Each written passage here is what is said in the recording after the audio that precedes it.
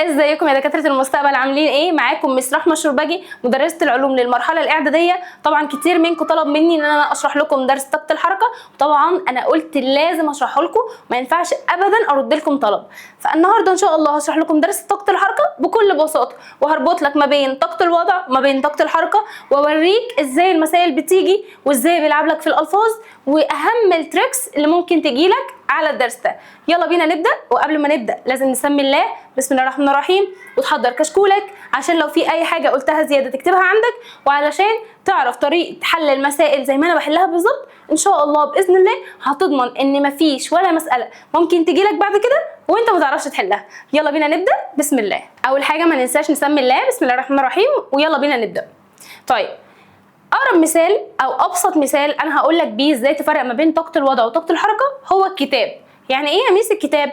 هات الكتاب بتاعك، اي كتاب بتاع مدرسه ما عدا طبعا كتاب الدين، تمام؟ طيب، سيب الكتاب في الارض. الكتاب طول ما هو على الارض احنا متفقين ان هو كده تمام، ما فيهوش طاقه وضع، ما فيهوش طاقه وضع. ليه؟ لان انا لسه ما بذلت الشغل وجبته من على الارض، صح؟ صح. طيب انا هبذل شغل، يعني هتعب وهنزل اجيب الكتاب من سطح الارض. طيب اجيبه من سطح الارض اعمل ايه؟ احطه على رف مرتفع. ده انا حطيته على ارتفاع، صح، انا حطيته على ارتفاع. طيب الشغل اللي انا بذلته على الكتاب ده هيروح على الفاضي؟ لا طبعا مش هيروح على الفاضي. امال ايه اللي بيحصل يا ميس؟ اللي بيحصل ان بيتخزن جوه الكتاب طاقه، بيتخزن جوه الكتاب طاقه. طب الطاقه دي اسمها ايه؟ اسمها طاقة وضع. فأنا لما جبت الكتاب من على الأرض حطيته على رف مرتفع كده، الشغل اللي أنا بذلته تمام اتحولت في الكتاب على هيئة طاقة وضع، تمام؟ طيب اتفقنا إن طاقة الوضع على مكان عالي مرتفع بتكون أكبر ما يمكن. طب ليه يا ميس أكبر ما يمكن؟ لأن لو تفتكروا المثلث بتاع طاقة الوضع اللي هو كان بي اي اتش دبليو، صح كده؟ صح. اتفقنا ان طاقة الوضع بتتوقف على عاملين، ايه هما؟ الارتفاع والوزن. الارتفاع والوزن، كلام جميل.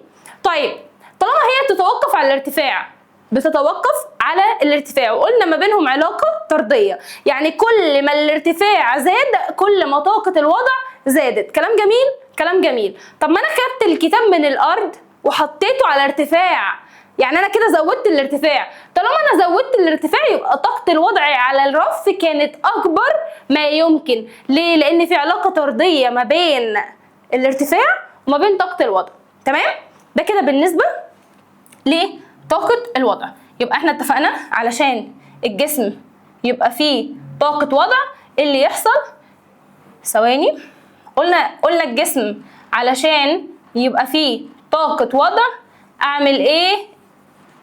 لازم اجيب الكتاب من على الارض احطه على رف مرتفع.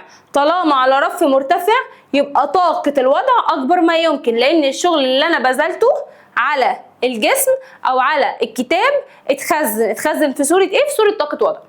كلام جميل، 100 100. دي طاقة الوضع. طيب انا عايزة الجسم ده يتحول لطاقة حركة. طب هنا بقى التركاية واللعبة. الجسم ده متخزن جواه طاقة وضع محبوسة وعايزة تنزل. طب هي هتنزل ازاي؟ اجي انا اقوم زي كده الكتاب او حطه على طرف المكتب، هيقوم الكتاب وقع، صح؟ طيب اول ما الكتاب هيقع الطاقه اللي جواه، طاقه الوضع المحبوسه اللي جواه هتقوم خارجه، بس في صوره طاقه حركه، في صوره طاقه حركه. هو ده الفرق ما بين طاقه الوضع وطاقه الحركه.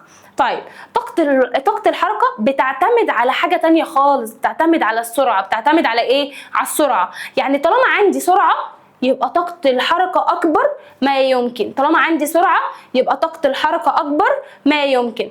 طيب هفهمك بالتفصيل طاقة الحركة، بس أنا بربط لك بس الدنيا ببعض. الكتاب نزل من على المكتب، ابتدت طاقة الحركة تزيد، طاقة الحركة تزيد لحد ما الكتاب وصل لسطح الأرض.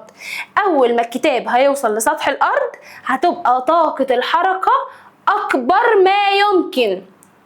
طاقة الحركة هتكون أكبر ما يمكن. وطاقة الوضع احنا متفقين طالما على سطح الأرض بتكون بصفر. بتكون بإيه؟ بصفر. طيب يلا بينا نبدأ ونشوف الكلام ده على ايه؟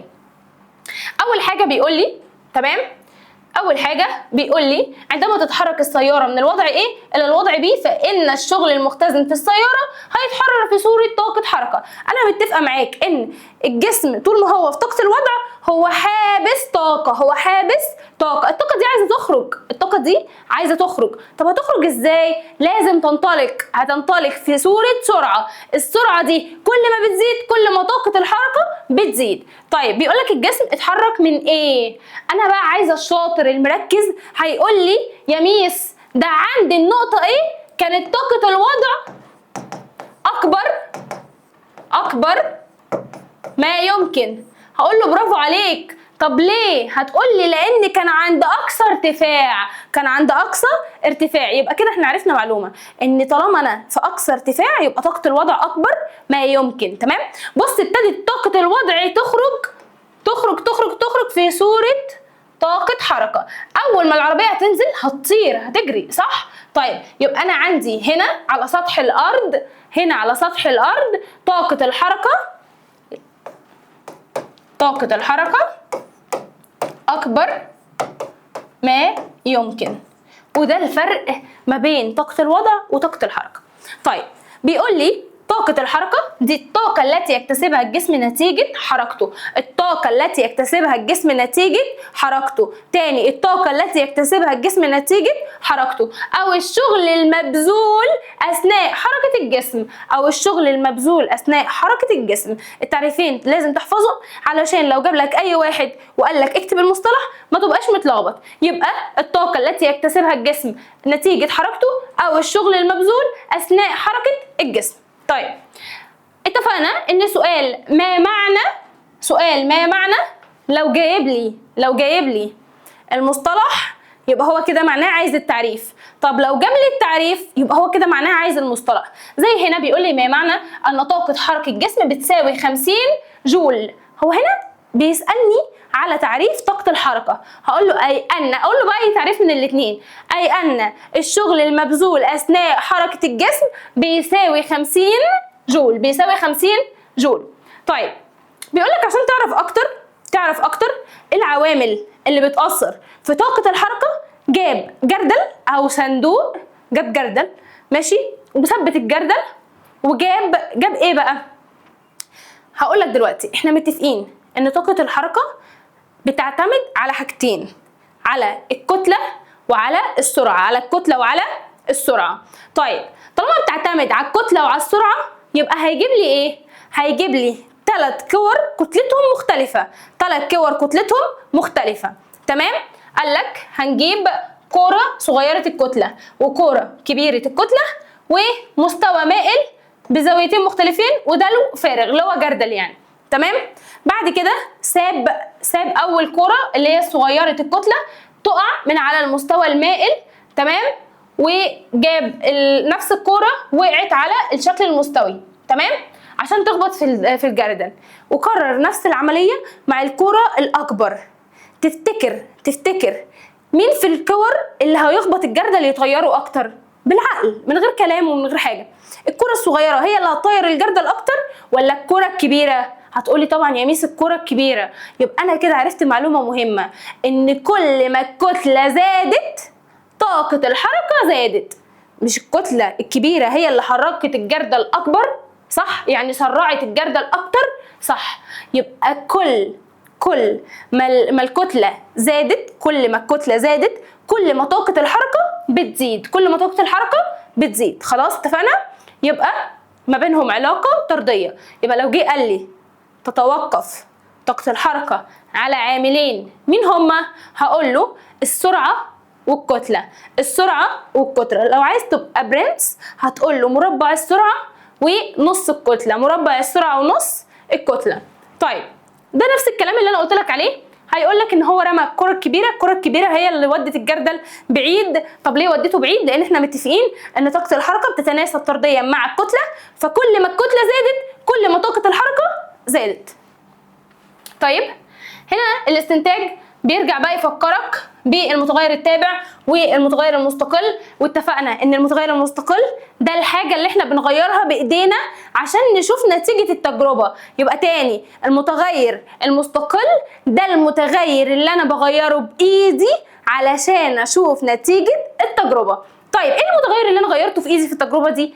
برافو عليك، هتقولي الكتله. صح، مش احنا غيرنا في الكتله بتاعه الكوره، جبنا كوره صغيره بعد كده جبنا كوره كبيره، صح؟ ده اسمه المتغير المستقل. ليه؟ لان انا عايزه اختبر التجربه، فقمت جايب كورتين مختلفين الحجم وشفت النتيجه. طب ايه هي النتيجه؟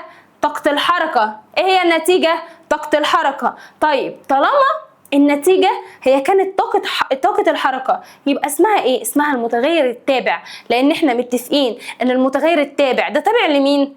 تابع للمتغير المستقل، تابع للمتغير المستقل. تمام؟ فهنا بيقولك تتوقف طاقة حركة الجسم اللي هو المتغير التابع على كتلة الجسم وسرعته اللي هي المتغير المستقل. تمام؟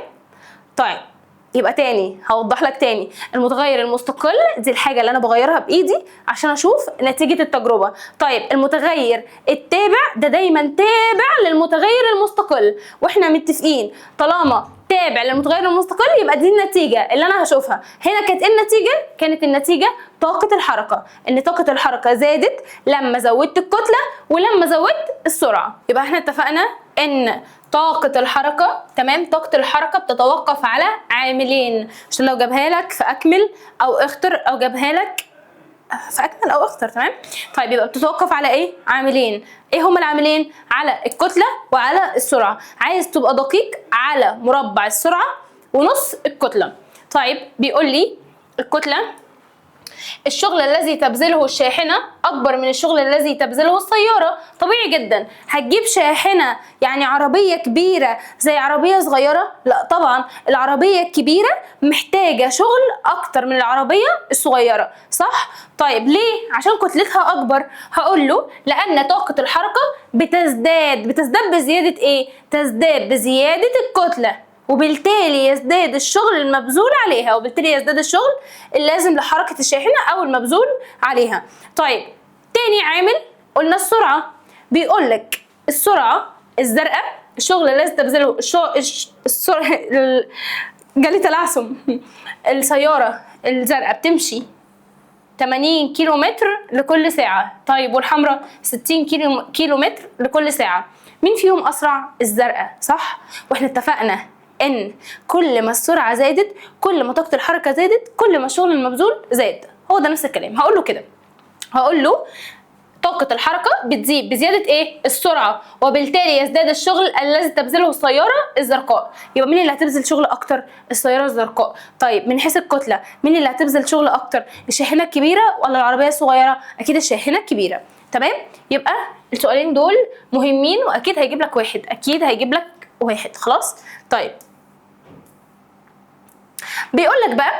بيقولك عشان تحسب طاقة الحركة أنا هديك مثلث مني هدية. تحفظ المثلث هتعرف تجيب الثلاث قوانين. هتعرف تجيب الايه؟ الثلاث قوانين. طيب المثلث بيقول لي ايه؟ بيقول لي كي اي تحت نص ام في في تربيع. يبقى أنا كده عندي القانون بتاع طاقة الحركة كي اي بيساوي نص ام في في تربيع، صح؟ طيب احنا اتفقنا ان لو عايز طاقة الحركة احط ايدي على طاقة الحركة، طالما الاتنين جنب بعض يبقى هنضرب، عايز الكتلة هحط ايدي على الكتلة، طالما الاتنين فوق بعض يبقى هنقسم، عايز السرعة هحط ايدي على السرعة، طالما الاتنين تحت بعض يبقى هنقسم. خلاص؟ بدل ما احفظ الثلاث قوانين واوجع دماغي هحفظ مثلث واحد وهعرف اطلع اي قانون.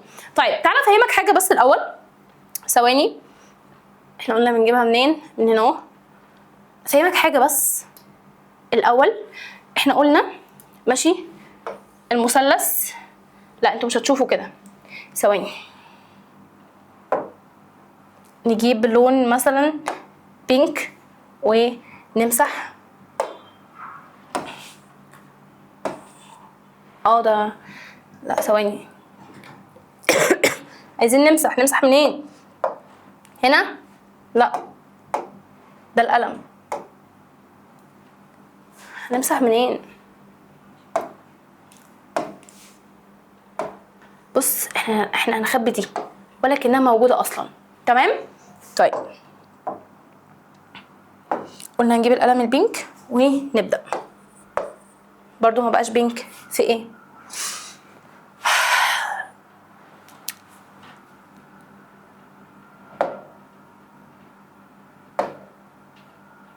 احنا نغير الباك جراوند اصلا، احنا نجيب الباك جراوند دي احسن علشان ايه؟ ما نوجعش قلبنا. طيب خلينا متفقين، اتفقنا ان احنا نحفظ مثلثات. مثلث السرعه بيقول، مثلث السرعه بيقول، طاقه الحركه بيقول كي اي، تمام، نص ام في تربيع. صح كده؟ صح كده. طيب اتفقنا ان هو لو عايز الكي اي، لو عايز الكي اي هتبقى نص ام في تربيع. صح كده؟ طيب لو عايز الام هحط ايدي كده، هيبقى نص ام بتساوي الكي اي على في تربيع. صح كده؟ طيب لو عايز الفي هيبقى في تربيع بتساوي كي اي على نص ام. تمام؟ كلام تمام؟ كلام تمام. عندي تركتين محتاجه افهمهم لك. ايه هما التركتين؟ اول تركايه بتقول ان دلوقتي انا عايزه اطير النص ده، عايزه اطير النص ده. طب عايزه اطيره ليه؟ عشان ما يلخبطنيش. طيب اطير النص ده ازاي؟ سهل جدا، هضرب المعادله دي في 2. هضرب المعادله في 2. طبعا لو ضربت 2 في نص بواحد، واحنا متفقين اي حاجه قيمتها واحد مش بتتكتب، ما ينفعش اكتب واحد ام، صح؟ فكده طيرت النص. طيب بعد كده اضرب الكي اي في 2 هتبقى 2 كي اي، يبقى القانون المظبوط بعد ما ضربت القانون كله في 2 بقى ام بتساوي 2 كي اي على في تربيع. خلاص؟ تمام؟ يبقى عشان اطير النص هضرب القانون كله في 2. طبعا قلنا نص في 2 بواحد، الواحد قيمته ما بتتكتبش، مفيش حاجه اسمها واحد ام، خلاص؟ فما بيتكتبش. بعد كده هاجي اضرب الناحيه الثانيه هيبقى عندي 2 كي اي. خلاص؟ تمام؟ طيب اتفقنا ان المقام ما بيضربش، اللي بيضرب بس البسط. تمام؟ ده البسط وده المقام. اتفقنا ان المقام ما بيضربش، فانا ضربت الاثنين في البسط بس. 2 في كي اي ب 2 كي اي، يبقى هو ده القانون اللي انا هشتغل عليه. تمام؟ ده القانون اللي انا هشتغل عليه عشان ما اوجعش دماغي واوجع نفسي واقرف نفسي بالنص ويعمل لي مشاكل. عايز تحفظه زي ما هو احفظه زي ما هو، عايز في الامتحان تضرب في نص اضرب في نص. انا بالنسبه لي يفضل انك تطير النص من دماغك وتحط 2 كي اي بس كده. خلصنا كده، احنا جبنا الكتله. طيب في تركايه كمان عشان اطلع الفي، هو هنا مديني الفي تربيع، خلاص؟ يعني الرقم اللي هيطلع، الرقم اللي هيطلع هنا، الرقم اللي هيطلع تمام ده هيبقى بتاع في تربيع. طب انا عايز في بس من غير في تربيع، انا مش عايز مربع السرعه، انا عايز الفي بس. اعمل ايه؟ هعمل جذر لاي رقم هيطلع، اعمل جذر لاي رقم هيطلع. يعني مثلا جبت في 2 ب 20. طيب انا عايز في بس، هعمل جذر ال 20 على الاله هيطلع لي الناتج ده، كده الناتج بتاع الفي بس. خلاص؟ هنشوف الكلام دوت في مساله عشان ايه تثبت معاكم. اتفقنا؟ طيب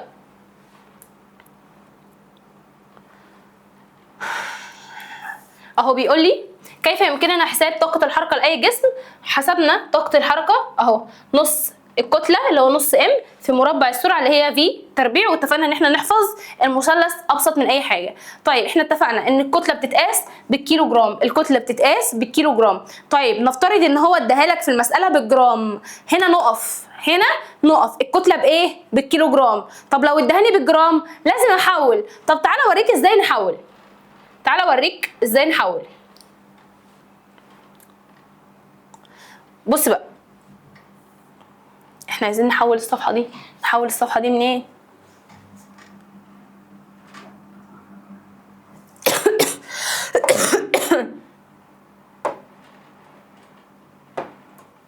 بص بقى، لو جاب لك الكتله في المساله بالجرام انت المفروض تحول الكتله. طب احولها لايه؟ للجرام، للكيلو جرام. يبقى احنا متفقين ان الكتله وحده قياسها الكيلو جرام. طب لو ادهاني بالجرام هنا لازم اقف، وهنا لازم احول الكتله وارجعها لاصلها بالكيلو جرام. طيب احنا اتفقنا في الحصه اللي فاتت بتاعت طاقه الوضع لما كنا بنراجع ان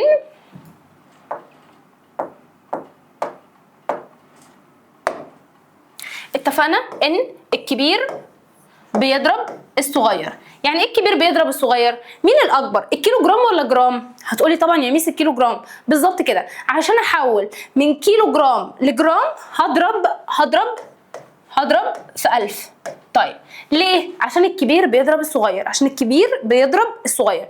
طيب عشان الصغير يتحول لكبير لازم يقسم الكبير. الصغير بيقسم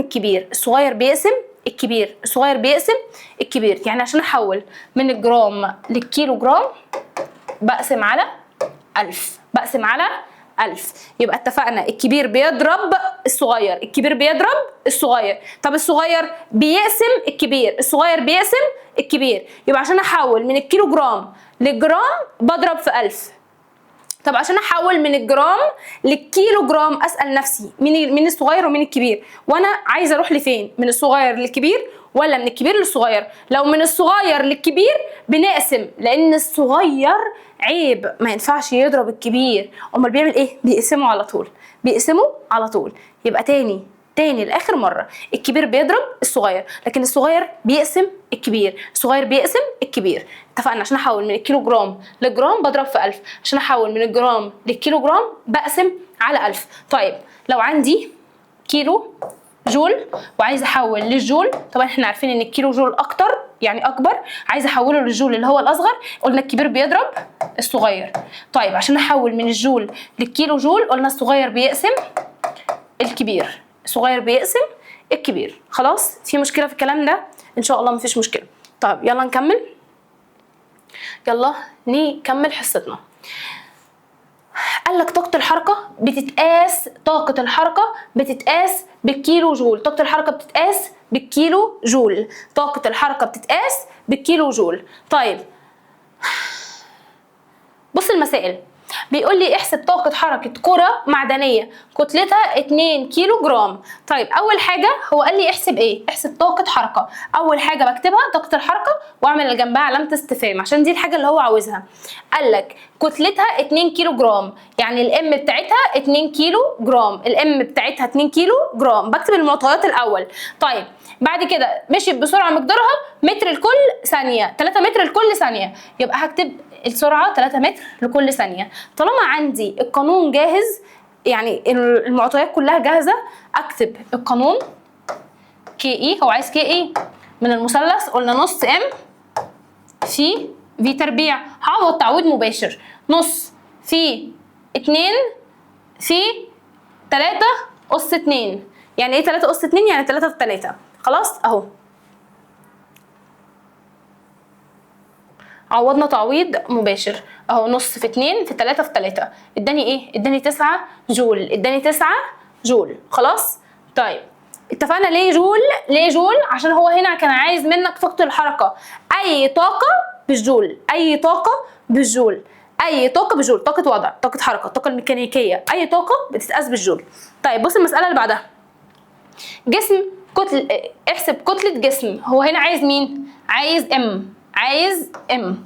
طيب طاقة الحركة بتاعته 54 جول. طاقة الحركة ايه؟ 54 جول. هيتحرك بسرعة مقدارها 2 متر لكل ثانية. هو هنا عايز الكتلة. فاكر لما قلت لك الكتلة بتساوي اللي هو نص ام بيساوي كي اي على في تربيع؟ قلت لك هنضرب القانون دوت في 2، بقى ام بتساوي 2 كي اي على في تربيع، وهعوض عادي تعويض مباشر.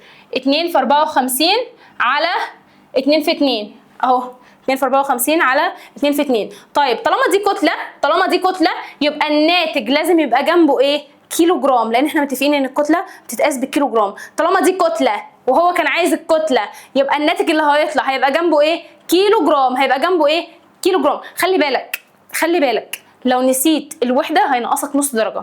لو نسيت الوحدات هينقصك نص درجه. طالما هو بيكلمك على كتله واحنا عارفين الكتله بتتقاس بالكيلو جرام، يبقى الرقم اللي هيطلع ارزع جنبه كيلو جرام. طب بيكلمك على طاقه، ايا كانت الطاقه دي ايه، ايا كانت الطاقه دي بالجول، بالايه؟ بالجول، ارزع جنب الرقم اللي هيطلع جول. طب بيكلمك على السرعه، اشوف اصلا هو كان مدياني في المساله بايه، مديهاني تمام. لو هو يعني الوحدات اللي قبلها بسيطه يبقى بمتر لكل ثانيه، طب لو الوحدات اللي قبلها كبيره كيلومتر لكل ساعه، وده بيبقى واضح من المساله تمام. طيب بص النوع الثاني من المساله، بص بقى دي، بص المساله دي بيقول لي احسب سرعه الجسم، هو كده عايز في، كده عايز في. طيب جسم كتلته 5 كيلو جرام، الجسم كتلته ايه؟ 5 كيلو جرام. طيب وطاقة حركته 9 كيلو جول. لازم اقف هنا، احنا متفقين ان الطاقة، ان اي طاقة وحدة قياسها ايه؟ الجول. اي طاقة وحدة قياسها ايه؟ الجول. طيب يبقى انا اول ما المح كلمة كيلو جول في المسألة لازم احولها للجول، لازم احولها للجول. طيب اعمل لنفسي كده، اقول هو هنا بالكيلو جول اهو، كيلو جول، عايزه احولها لايه؟ لجول. طيب مين الكبير؟ الكيلو جول. ومين الصغير؟ الجول. طب انا عايزه احولها من الكبير للصغير، قلنا الكبير بيضرب الصغير، الكبير بيضرب الصغير تمام. اهو قال لك كي اي 9 في 1000 ب 9000 جول، ب 9000 جول تمام. بعد كده احنا هنعوض تعويض مباشر، قلنا الفي تربيع بتساوي كي اي على نص ام. طيب لو عملت كده صح، ولو عملت في تربيع بتساوي 2 كي اي على ام صح. يعني انت لو مشيت بالقانون ده، صح، ولو مشيت بالقانون ده كي اي على نص ام برضو صح، الاثنين صح، والاثنين هيطلعوا لك الناتج صح تمام. هقعد قلنا تعويض مباشر، 2 في 9000 على الخمسة اداني 3600. بص بقى ال 3600 دول بتوع ايه؟ بتوع الفي تربيع. ال 3600 دول بتوع ايه؟ بتوع الفي تربيع. عشان كده كتبت الوحده متر لكل ثانيه تربيع، متر لكل ثانيه تربيع. طيب انا عايز الجذر بقى، عايز الفي بس، اعمل ايه؟ اعمل لها جذر، اعملها على الاله جذر ال 3600 هيديني الفي بس. طيب هكتب متر لكل ثانيه تربيع؟ لا، متر لكل ثانيه بس، لان انا جبت الفي بس تمام، ما جبتش المربع بتاعها، انا جبت الفي بس. يبقى انا لازم امشي ورا الخطوات واحده واحده تمام. طيب بيقول لي احسب طاقه حركه، هو هنا عايز مين؟ الكي اي تمام. كتلته، جسم كتلته 600 جرام، هنا دي الام. اقف هنا واقول ايه ده؟ ده بيقول لي 600 جرام، واحنا متفقين الكتله بتتقاس بايه؟ وحده قياسها ايه؟ الكيلو جرام. يعني انا كده محتاجه احول من الصغير للكبير، من الجرام للكيلو جرام. يعني اعمل ايه؟ هعمل لنفسي كده، هو عايز يحول من الجرام اللي هو مديهوني للكيلو جرام. طيب يعني من الصغير للكبير، يعني هعمل ايه؟ هقسم على 1000 تمام. يبقى هقول له اول خطوه اعملها ام تمام بتساوي كام؟ 600 على 1000 تمام، هيطلع لي 600. طيب انا حولت من الجرام لايه؟ للكيلو جرام. اتفقنا؟ اهو اتفقنا؟ دي اول خطوه. بيقطع مسافه قدرها 20 متر، بيقطع مسافه قطرها 20 متر. كده هو اداني ايه؟ الاتش. ده كده مش تعويض مباشر، كده انا محتاجه اجيب حاجه تانية علشان امشي ورا القانون. طيب القانون كان بيقول ايه؟ عشان اجيب طاقه الحركه، ثواني،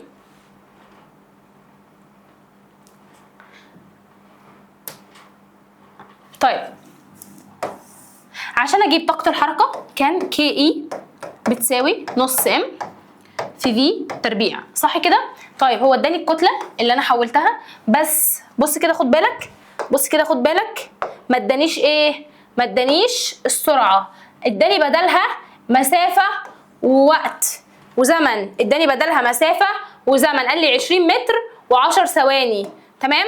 طيب اداني 20 متر و10 ثواني وما ادانيش سرعه.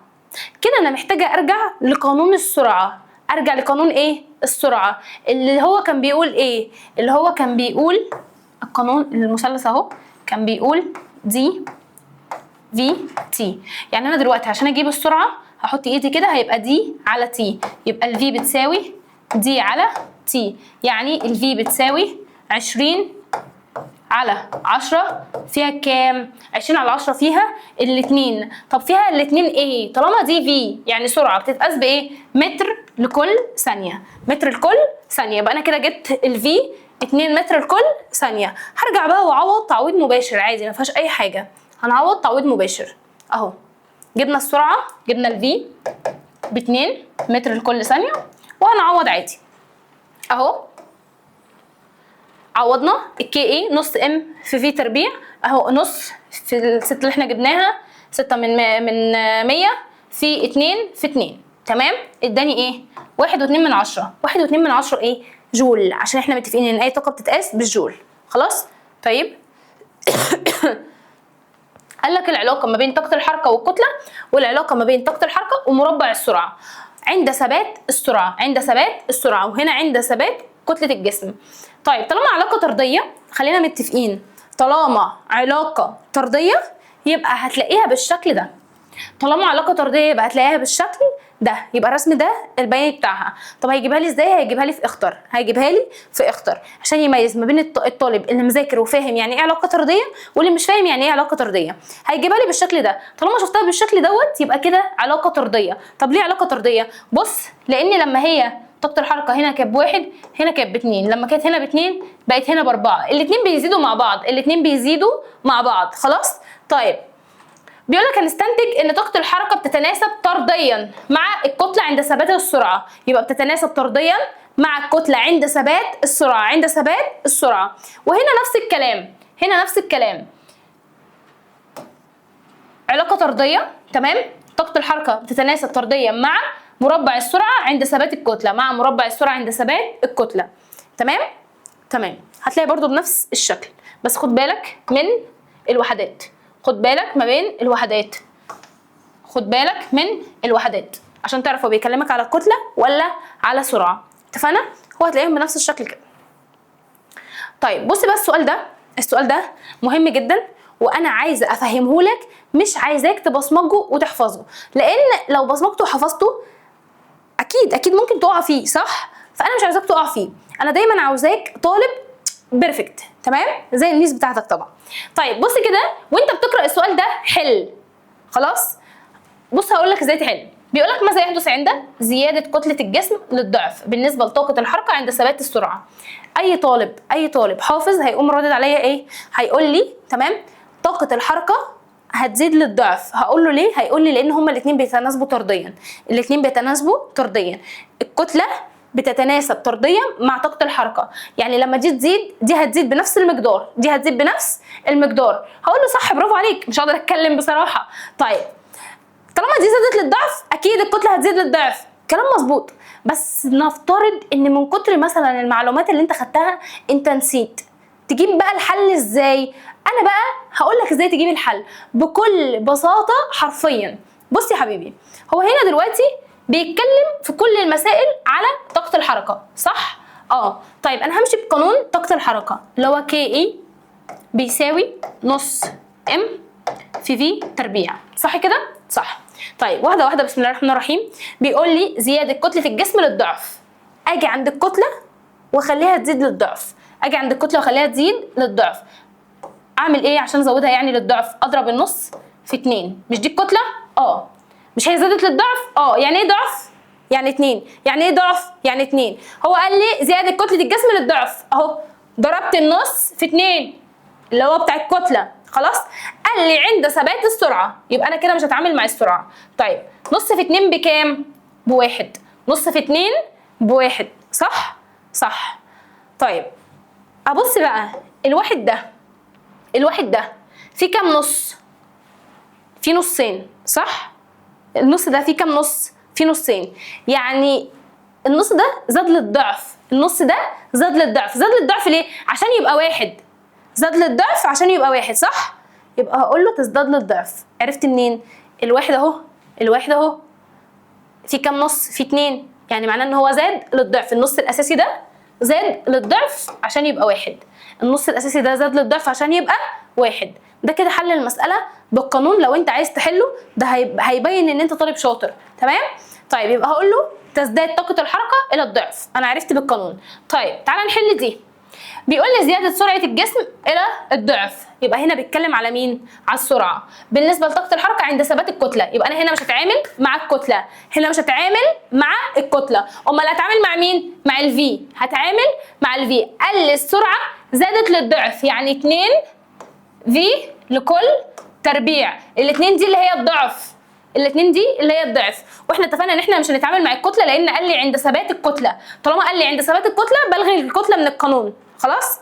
طيب هو دلوقتي بيتكلم على السرعه، قال لي ان السرعه زادت للضعف اهو، حطيت 2. خلاص. طيب 2 في 2 ب4، 2 في 2 ب4، ب4 في. تمام. طيب طالما 4 في يعني طاقة الحركة زادت ل4 أمثالها، طاقة الحركة زادت ل4 أمثالها، طاقة الحركة زادت ل4 أمثالها. تمام أهو. تزداد طاقة الحركة ل4 أمثالها، تزداد طاقة الحركة ل4 أمثالها. طب ليه هتزيد ل4 أمثالها؟ لأن احنا متفقين إن السرعة متربعة، السرعة متربعة. تمام؟ أهو حليناها 2 في 2 ب4 في، يعني طاقة الحركة زادت ل4 أمثالها. دي الطريقة اللي هتعرف تحل بيها عشان طبيعي جدا إن أنت تنسى. طيب تعالى بص اللي بعدها. بيقول لي زيادة كتلة الجسم للضعف ونقص السرعة. هنا بقى اتكلم على حاجتين مع بعض. تعالى بص الميس هتحلها ازاي. بننزل نفس القانون وبغير، لو الضعف بضرب في 2، طب لو نص بحط النص. اتفقنا؟ طيب زي ما احنا معوضنا قلنا الكتلة زادت للضعف اهو، حطينا جنبها 2 وقلنا السرعة نقصت للنص، يعني نص السرعة اهو، نص في ايه؟ في في تربيع. خلاص. لو عوضت على الآلة هيطلع لك بكل بساطة. طيب تعالى كده نعملها. 2 في نص، 2 في نص بكام؟ 2 في نص ب1. طيب نص في نص، ما هو ده معناه ان النص اتضرب مرتين. طيب نص في نص بربع، يعني 1 في ربع. طيب 1 في ربع بكام؟ بربع. 1 في ربع بربع. طيب الربع دي زادت عن النص ولا قلت عن النص؟ لا زادت. قلت عن النص بقد ايه؟ بنص. قلت عن النص بقد ايه؟ بنص. يعني النص ده فيه كام ربع؟ فيه ربعين، صح؟ هو كان نص بعد كده بقى ربع، يعني قل للنص اهو. قال لك تقل طاقة الحركة إلى النصف، تقل طاقة الحركة إلى النصف. الطريقة دي هتخليك تحل أي مسألة أيا كانت بكل سهولة، بكل سهولة. مش هو الناتج في الآخر طلع ربع؟ طيب في القانون أصلا تمام؟ ده كام؟ نص، صح؟ طيب هو بقى ربع، يعني قل للنص. يبقى اشوف الرقم اللي معايا واشوف الرقم اللي في المسألة واشوفه هو اقل من الرقم بقد ايه او اكتر من الرقم بقد ايه. خلاص. طيب ده ربع وده نص، يبقى ايه اللي حصل له؟ قل للنص اهو. الثلاث مسائل بالحل بتاعهم، ودي ابسط طريقة ان انت عشان لو نسيت تعرف تحل. طيب بيقول لي انتبه، طاقة حركة الجسم الساكن بتساوي 0. طبيعي جدا طاقة حركة جسم ساكن واقف مكانه اكيد لازم تبقى بصفر، اكيد لازم تبقى بصفر. تمام. طيب ليه؟ عشان سرعة الجسم بتساوي 0. احنا اتفقنا ان هما الاثنين علاقة طردية. طالما السرعة بصفر طبيعي جدا ان الجسم يبقى ساكن، يبقى بيساوي 0، يعني طاقة حركته بصفر. يبقى امتى هيجي يسألني امتى تبقى طاقة الحركة بصفر؟ هقول عندما يكون الجسم ساكن، يعني سرعته بتكون بصفر. دي مقارنة ما بين طاقة الوضع وطاقة الحركة. قلنا طاقة الوضع دي طاقة مختزنة بالجسم نتيجة الشغل المبذول عليه، دي طاقة مختزنة في الجسم نتيجة الشغل المبذول عليه. العوامل المؤثرة قلنا الوزن والارتفاع. طيب القانون المستخدم القانون BE M في G في H أو BE W في H. تمام؟ طيب طاقة الحركة قلنا الطاقة التي يكتسبها الجسم نتيجة حركته. ايه العاملين اللي بتتوقف عليهم؟ الكتلة والسرعة. القانون KE نص M في V تربيع. طيب بص بقى بيقول لي دلوقتي انا لو عندي بندول بسيط، تمام؟ وجيت دلوقتي بص البندول اهي، دي بدايته، ده اسمها نقطة نقطة الأصل. دي اسمها نقطة ايه؟ الأصل. فأنا دلوقتي جيت قمت ايه؟ تخيل كده معايا اهو البندول، والبندول دي نقطة الأصل. بعد كده أنا قمت جايباها ماسكاها شدها لحد هنا، صح؟ أنا كده عمالة طول ما أنا بشدها كده أنا عمالة بخزن فيها طاقة وضع، طاقة وضع، عمالة أخزن طاقة وضع، وأنا ماسكاها أهو. هي هتموت وتخليني أسيب إيدي علشان تنطلق وتتحول طاقة الوضع لطاقة الحركة. أول ما أسيب إيدي هيقوم راجع بسرعة البندول، صح؟ طيب هيرجع بسرعة فين؟ لموضع الأصل. هيرجع بسرعة فين؟ لموضع الأصل. طيب لما أنا شديت البندول كده قلنا طاقة الوضع كانت أكبر ما يمكن، يبقى هنا طاقة الوضع أكبر ما يمكن. طب ليه أكبر ما يمكن؟ لأننا عند أقصى ارتفاع، وإحنا متفقين طالما إحنا عند أقصى ارتفاع يبقى طاقة الوضع أكبر ما يمكن. خلاص. طيب هنا نفس الكلام، بي إي اللي هي طاقة الوضع أكبر ما يمكن. اتفقنا؟ أول ما هسيب إيدي هتتحول طاقة الوضع لطاقة الحركة. أول ما هسيب إيدي هنا هتتحول طاقة الوضع إلى طاقة حركة. طيب دي بقى طاقة الوضع هنا بكام؟ طاقة الوضع هنا بزيرو. البي إي هنا لو عند نقطة الأصل بزيرو. ليه؟ لأن احنا هنا مفيش ارتفاع. واحنا اتفقنا ان طالما الارتفاع بصفر يبقى طاقة الوضع بصفر. خلاص؟ طيب يبقى هنا طاقة الوضع بصفر. طب طاقة الحركة هنا أكبر ما يمكن. طب ليه أكبر ما يمكن؟ لأن السرعة بتكون أكبر ما يمكن. عشان السرعة بتكون أكبر ما يمكن، أول ما بسيب إيدي بلاقي السرعة طارت، صح؟ ده اللي بيحصل. عشان كده يبقى عند نقطة البداية طاقة الوضع بتكون زيرو. طيب طاقة الحركة بتكون أكبر ما يمكن اللي هو عند النقطة إيه؟ طيب لما خدته لأقصى ارتفاع، أيوه طالما أصلا حصل ارتفاع يبقى طاقة الوضع أكبر ما يمكن وطاقة الحركة زيرو. وطاقة الحركة إيه؟ زيرو. يبقى أنا عندي هنا في سي وفي بي طاقة الحركة بصفر. طيب عندي إيه؟ طاقة الوضع بصفر وطاقة الحركة أكبر ما يمكن. ماشي؟ طيب بيقول لي عند اقصى ارتفاع بعيد عن الموضع الاصلي، تمام، بتكون طاقه الوضع اكبر ما يمكن وطاقه الحركه زيرو. يبقى خليك عارف عند اقصى ارتفاع طاقه الوضع اكبر ما يمكن، تمام، لان بينهم علاقه طرديه، وطاقه الحركه بزيرو. طيب عند موضع الاصل اللي هو ايه؟ عند موضع الاصل بتكون طاقه الحركه اكبر ما يمكن وطاقه الوضع بزيرو. خلاص؟ عشان لو سالك امتى طاقه الحركه تكون بصفر اقول له عند موضع الاصل. طب امتى طاقه الحركه تكون اكبر ما يمكن؟ اقول له لو قال لك امتى تكون اكبر ما يمكن طاقه الوضع اقول له عند اقصى ارتفاع. طيب بيقول لي النقص في طاقه الوضع يتبعه زياده في طاقه الحركه. يعني ايه الكلام ده؟ يعني دلوقتي طاقه الوضع، يعني انا مثلا معايا قلم هحدفه من فوق. هحدفه منين؟ من فوق. خدت بالك انا قلت لك هحدفه من فوق، تمام؟ يعني انا كده عند اقصى ارتفاع. طيب اتفقنا ان طالما عند اقصى ارتفاع يعني طاقه الوضع اكبر ما يمكن، صح؟ طب نفترض ان طاقه الوضع ب10. ماشي كده؟ الطاقه اللي جوه القلم اللي مختزنه ب10 جول، تمام؟ طيب اول ما هسيب ايدي القلم هيبدا يسقط، يعني طاقه الوضع هتبدا تقل، تمام؟ طيب اثناء ما هي بتقل مين اللي بيزيد؟ طاقه الحركه تفضل تزيد لحد ما تلمس الارض، يبقى طاقه الحركه اكبر ما يمكن، صح؟ طيب طاقة الوضع اللي نقصت دي طاقة الحركة زادت بنفس المقدار. يعني القلم اهو ماشي، طاقة الوضع بتاعته كانت 10، بدأ ينزل بقى 8، طاقة الحركة بقت ب2.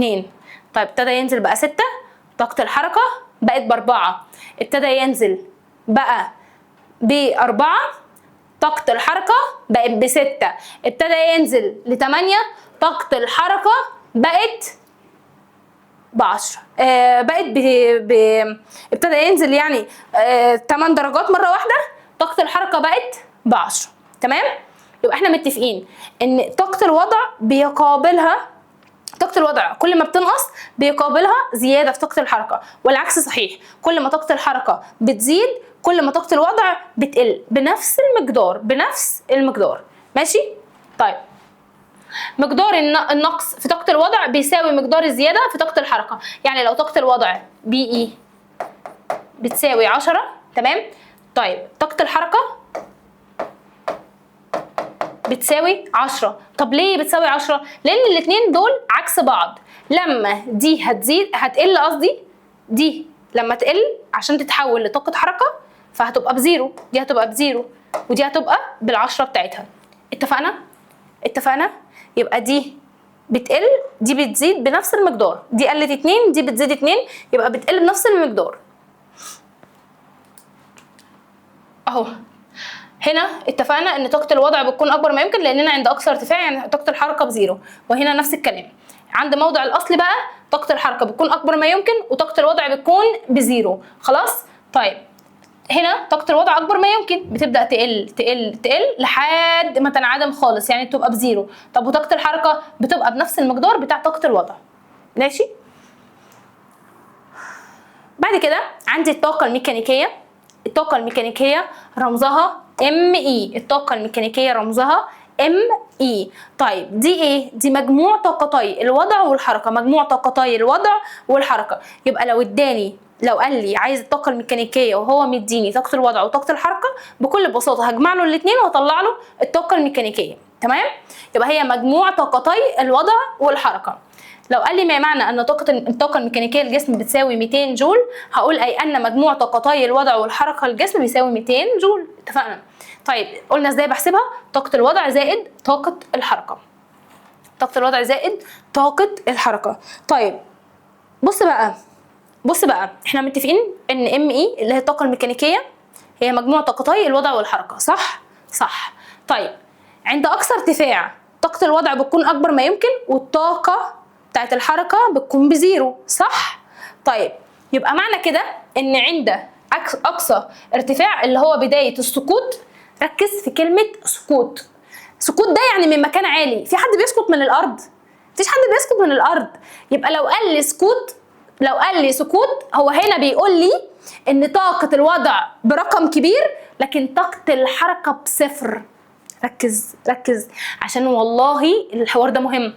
ركز، مفيش سقوط من الارض، يعني مش هبقى قاعده في الارض هقع ازاي؟ يعني انا قاعده على الارض. طب امال هسقط ازاي؟ لازم ابقى عاليه، ابقى قاعده في مكان عالي، يعني طاقه الوضع كبيره وطاقه الحركه بصفر. خلاص؟ طيب لما يبقى عند بدايه السقوط بتكون طاقه الوضع اكبر ما يمكن وطاقه الحركه بزيرو. طب الطاقه الميكانيكيه هنا بتساوي ايه؟ بتساوي طاقه الوضع. يعني لو طاقه الوضع طلعت معايا ب 200، يعني معنى كده ان الطاقه الميكانيكيه ب 200. طب ليه؟ فهميني يا ميس. لان احنا قايلين ان ME اللي هو الطاقه الميكانيكيه بتساوي BE طاقه الوضع زائد KE، صح. طيب انا قلت ان طالما عند بدايه السقوط يعني من على ارتفاع، يعني طاقه الوضع اكبر ما يمكن وطاقه الحركه بصفر. طالما طاقه الحركه بصفر يبقى ملهاش لازمه. اي حاجه بصفر هي اي حاجه قصدي زائد صفر هي هو الصفر بيتجمع، يعني 2 زائد صفر 2. خلاص؟ طيب يبقى قلنا طاقة الحركة بصفر، يبقى ME بتساوي BE. طيب عند المنتصف الجسم بيسقط اهو، فوصل عند المنتصف. طالما عند المنتصف يبقى طاقة الوضع بتساوي طاقة الحركة بتساوي الطاقة الميكانيكية، التلاتة بيساووا بعض. يعني لو دي ب 200 دي ب 200 دي ب 200، لأني عند بداية السقوط أنا عند نصف منتصف السقوط. طالما أنا في المنتصف يبقى التلاتة بيساووا بعض. طالما أنا عند المنتصف يبقى التلاتة بيساووا بعض. طاقة الحركة بتساوي طاقة الوضع بتساوي الطاقة الميكانيكية. تمام؟ طيب بعد كده الجسم وصل لسطح الارض. طالما وصل لسطح الارض يعني طاقه الحركه اكبر ما يمكن وطاقه الوضع بزيرو، يبقى في الحاله دي ME بتساوي KE. ليه؟ لان طاقه الوضع بصفر. طاقه الوضع بصفر اهو. لحظه وصول الجسم لسطح الارض بتكون طاقه الوضع بزيرو. بتكون طاقه الوضع بايه؟ بزيرو. طب وطاقه الحركه بتكون اكبر ما يمكن، يعني الطاقه الميكانيكيه بتساوي طاقه الحركه فقط اهو. تمام؟ اتفقنا ان شاء الله. اهو بيقول لك تظل الطاقه الميكانيكيه للجسم ثابته اثناء سقوطه بالرغم من تناقص طاقه وضعه. بصوا يا شباب، الطاقه الميكانيكيه ثابته من بداية السقوط لحد ما يوصل لسطح الأرض. الطاقة الميكانيكية ثابتة من بداية السقوط لحد ما يوصل لسطح الأرض، لأن احنا متفقين إن طاقة الوضع فوق بتكون أكبر ما يمكن، في سطح الأرض بتكون زيرو، صح؟ طيب أثناء ما طاقة الوضع بتنزل، هي مش بتتغير الرقم، هو نفس الرقم بس هيتحول لطاقة حركة، صح؟ يعني اتفقنا لو طاقة الوضع ب10 وهتبدأ تنزل، النقصان في طاقة الوضع بيعوضوا زيادة في طاقة الحركة، تمام؟ معنى كده ان الطاقة الميكانيكية ثابتة، الطاقة الميكانيكية ثابتة ما بتتغيرش، الطاقة الميكانيكية ثابتة من بداية السقوط لحد ما توصل لسطح الأرض، خلاص؟ طيب يبقى بيقول لي تظل الطاقة الميكانيكية للجسم ثابتة أثناء سقوطه بالرغم من تناقص طاقة وضعه. هقول لأن النقص في طاقة الوضع أثناء سقوط الجسم بيتبعه زيادة في طاقة الحركة بنفس المقدار. لو جاب لي سؤال مباشر ماشي، عايز الطاقة الميكانيكية اللي هي ME لجسم متحرك، لو علمت ان طاقة وضعه اداك طاقة وضعه اللي هي BE وطاقة حركته تمام اللي هي KE، تعويض مباشر بقى BE زائد KE 800 جول 800 جول. طيب بص بقى السؤال ده انا هحله لك. بيقول لي سقط حجر كتلته 5 كيلو جرام، لازم اخد لفظ احلله. طيب هو هنا بيقول لي سقط حجر، يعني ايه سقط؟ وقع من فوق. يعني ايه سقط حجر؟ يعني وقع من فوق. طالما وقع من فوق يعني عند اقصى ارتفاع، يعني طاقة الوضع بايه؟ اكبر ما يمكن. طب وطاقة الحركة بزيرو، تمام؟ طيب من ارتفاع 8 متر، هنا مديني ايه؟ الارتفاع، ومديني هنا ايه؟ الكتلة. طيب عن سطح الارض عايز طاقة الحركة والطاقة الميكانيكية للحجر، علما بان شدة المجال الجاذبية 10. بيقول لك بقى المعطيات، هو عايزه دي المعطيات وده المطلوب. طب ايه المطلوب؟ عند بداية سقوط الحجر. خدت بالك؟ بيقول لك عند بداية سقوط الحجر، مفيش حجر بيقع من الارض. طب بيقع منين؟ من فوق، يعني من ارتفاع، يعني طاقة الوضع اكبر ما يمكن وطاقة الحركة بزيرو. يبقى انا هنا اول معلومة اقولها له اكتب له كده في الامتحان عند بداية السقوط، واقول له KE بتساوي زيرو، صح كده؟ صح. طيب هو عايز الطاقة الميكانيكية، احنا متفقين ان طالما هو عند اقصى ارتفاع وطاقة الحركة بزيرو يبقى الطاقة الميكانيكية بتساوي طاقة الوضع، تمام؟ يبقى هقول له BE بتساوي ME بتساوي، تمام؟ قانون الBE ايه؟ اتفقنا ان الBE بتساوي W في H. طب لو ما عنديش الW هعوض عن الW بM G في H. طيب هعوض تعويض مباشر، الM بكام؟ 5 في 8 في 10 بتاعت الجي بكام؟ نجيب بس الرقم على طول، ب400. 400 ايه؟ 400 جول. 400 ايه؟ 400 جول. ليه جول؟ لان احنا بنتكلم على طاقه. كده انا جاوبت على اول سؤال، قلت له ان طاقه الحركه بزيرو، لان هو قال لي عند بدايه السقوط يعني فوق، يعني طاقه الحركه بزيرو، لسه الجسم ما اتحركش، تمام؟ واتفقنا ان طالما طاقه الحركه بزيرو يبقى طاقه الوضع والطاقه الميكانيكيه بيساووا بعض، يبقى مديني المعطيات بتاعه طاقه الوضع، هجيبها بكل بساطه وهكتبها، تمام؟ في مشكله؟ لا. طب اكمل المعطى اللي بعده. بيقول عايز برضو لحظه وصوله الى سطح الارض، هكتب له في الورقه، هكتب له لحظه وصوله لسطح الارض واجاوب عليه. طب اقول له ايه؟ هقول له لحظه وصوله لسطح الارض يعني البي اي بصفر، هقول له البي اي بتساوي زيرو اللي هي طاقه الوضع بزيرو. طب طاقه الحركه كي اي بتساوي ام اي بتساوي برافو 400 جول. 400 جول لان هو كان طاقه وضعه 400، فضل ينقص ومقابل النقصان ده طاقه الحركه بتزيد لحد ما وصلت برضه 400. خلاص تمام اهو. بكل بساطه انا كده حليت المطلوبين. اي مساله تجيلك في الجزء ده لازم تحلها بنفس الطريقه، الموضوع سهل وبسيط وما فيهوش اي حاجه، تمام؟ طيب بص هحل معاك المساله دي بس، وبعد كده مفيش افكار تاني. يعني المسائل ما فيهاش افكار تاني يجيبها لك، انا يعتبر في الفيديو ده حلت لك كل الافكار. بيقول لك بص بقى، قذف شخص كرة. طب قذفها منين؟ من بص هنا بقى بيقول لك ايه، رأسيا لأعلى، رأسيا لأعلى، يعني الكرة كانت تحت وهو حدفها من تحت لفوق. ركز في الكلام، حدفها من تحت لفوق. طب كلام جميل، طالما من تحت يبقى طاقة الوضع بصفر وطاقة الحركة أكبر ما يمكن. طب تعالى نكمل قراية. طيب بسرعة مقدارها 3 متر لكل ثانية. عايز طاقة الحركة لحظة قصفها لأعلى، عايز طاقة الحركة لحظة قصفها لأعلى، وعايز الطاقة الميكانيكية للجسم عند أقصى ارتفاع. طيب أول حاجة قال لي كرة كتلتها 500 جرام. خدت بالك 500 جرام، لازم الكتلة تبقى بإيه؟ بالكيلو جرام. يبقى أول حاجة عشان أحول من جرام لكيلو جرام، الصغير بيقسم الكبير، يبقى 5000 على دي 500 قصدي على 1000. تمام، فيها الايه؟ فيها نص كيلو جرام. اتفقنا؟ ده كده اول حاجه لازم اعملها ان انا احول، اول حاجه لازم اعملها ان انا احول. تمام؟ بعد كده بيقول لي طاقه حركه الكره لحظه قصفها لاعلى. طاقه الحركه كانت اكبر ما يمكن، تمام، وطاقه الوضع كانت بزيرو. خلاص هجيب له طاقه الحركه عادي جدا، هو مديني الكتله ومديني السرعه. كي اي بيساوي نص ام في في تربيع، هعوض تعويض مباشر، نص في الفي كام؟ 3 في 3 بكام؟